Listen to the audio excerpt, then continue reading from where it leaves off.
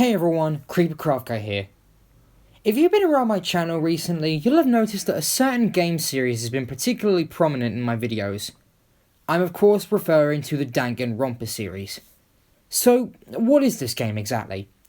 Danganronpa is a 2.5D visual novel game series that consists of 3 main series titles, a spin-off, and much more. The main story of each game, some factors may change depending on what game you play, is centered around Hope's Peak Academy, a school which every year selects teenagers across the country to come and join the main course as the ultimate students, talented high school students who are in the top of their field. The 16 chosen students are trapped in their respective locations by an evil remote-controlled teddy bear named Monokuma, who tells the students that there is only one possible way to escape. Kill one of their fellow students and get away with it. When this subsequently happens and a body is discovered, a class trial is held, in which the remaining students must discuss amongst themselves who the murderer is. If they can successfully figure out who murdered the victim, the culprit alone will be executed. However, if they guess incorrectly, the culprit will be able to leave the school and everyone else will be executed. The series received positive reviews from critics, praising the series' characters, tone, and atmosphere.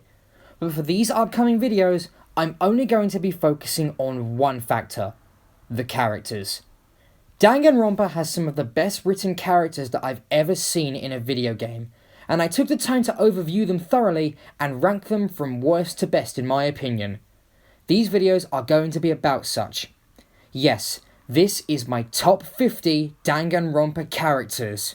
There are a few disclaimers I need to make before we get into this properly. The first is that I will only be counting characters from the main series, so characters from Ultra Despair Girls, the visual novels, or anywhere outside the main game trilogy, 1, 2, and V3, will not be appearing on this list. The second is that this list, despite the fact that most people may agree with me, is 100% my own opinion. I'll tell you straight out that there are several characters who are a lot higher on this list than people would expect them to be, but that's merely because I have a different opinion of them than most.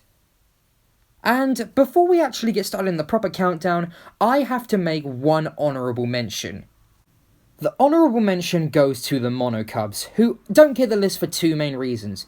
The first is that I wanted a nice big number like 50 to round it off, and I felt they didn't deserve to be on the list, and second of all, they are absolutely worthless. The Monocubs amount to absolutely nothing in Danganronpa V3. They are only there to give Monokuma an entourage, and I think we can agree that the game would work just as well if they weren't in it. They aren't terrible, but they aren't the most exciting characters in the game.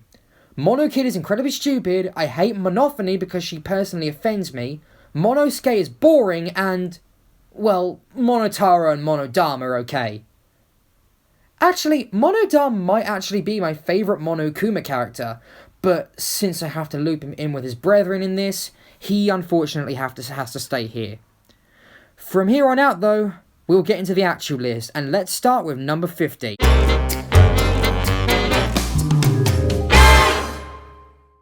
Kicking off our list at the very bottom of the barrel is none other than Yasuhiro Hagakure, Danganronpa's worst character. He is the character who I thought 100% survived the end of the game and didn't deserve to. The only reason that he made it to the end is because they needed a funny character to provide some comic relief in the final moments of the game. There's only one problem with that. He's not funny. He is not funny.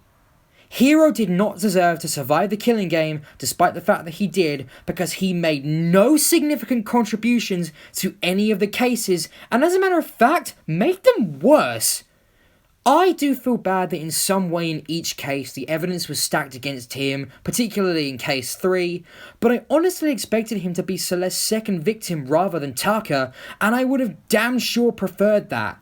He has his own light novel named Ultra Despair Hagakure that shows him going around with Leon Kawata's cousin and doing stuff. But that light novel did not redeem him. It just made him do more scummy crap in the middle of an apocalypse of all things. He is a big fool, and he is not the good kind of fool. That is why he is the worst character in Danganronpa and the very bottom of this list.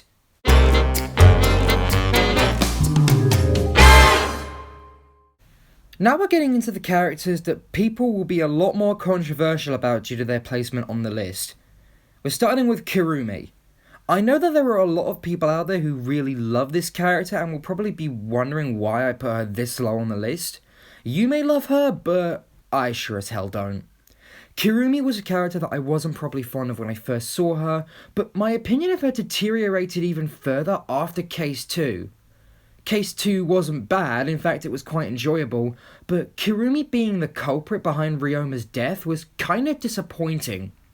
It also annoys me how stupid and selfish her motive was, and how she wasn't concerned with the lives of everyone else, trying to manipulate them into letting her win after it was clear she was the culprit. Her execution was also one of the more violent in the series, a part of her that I think she 100% deserved. Any part of her that I genuinely don't dislike about her still doesn't make her a good character, because she's probably the most boring character in the whole series.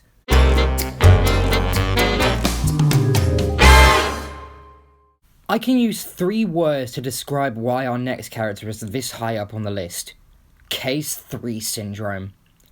It's a term that is used in most mystery games because a point of commonality in most of them is that the third case/crime that you have to solve, story-wise, is never very good.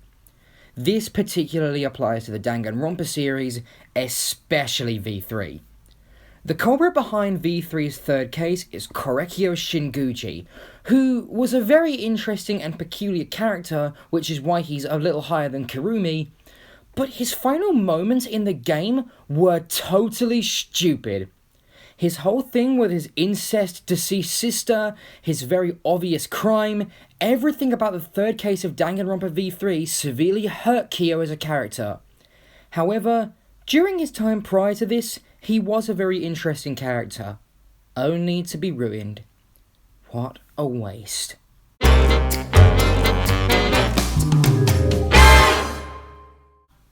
Cosplay, despite the fact that I've never actually properly tried it myself, is something I really like the concept of. Tsumugi Shirogane in Danganronpa V3 is a good representation of why people cosplay and how their love for certain characters makes them do it. She's also cute as a button in terms of her appearance. And that's all the positives. Tsumugi is hands down Danganronpa's most terrible villain, even worse than Junko. The reason for this?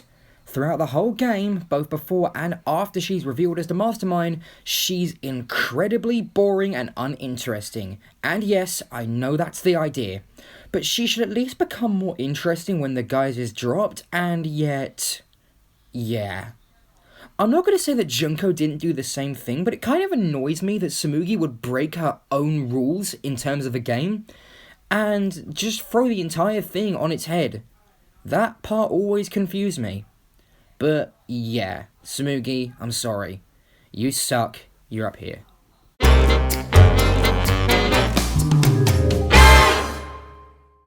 Tenko sums up everything I hate about feminism. All the worst parts of it. I mean, sure, she has her good points, like her obsession with Himiko, which, while weird, is funny, and her very upbeat and quirky nature is entertaining. However, her main trait, her misogyny against males, is her worst trait. The degenerate male line got old really fast, and while she isn't V3's worst character, she most certainly is up there. There isn't really much else to say about her, and I know a lot of people like her. And I need to come out and say that V3 isn't a bad game, and Tenko isn't a badly designed character. I'm sorry if it seems like I really don't like V3. I do, because, spoiler for the future of this list, there are a lot of V3 characters who get really, really high up on the list. I just feel that V3 has some of the worst characters and the best characters at the same time. And Tenko is unfortunately one of them.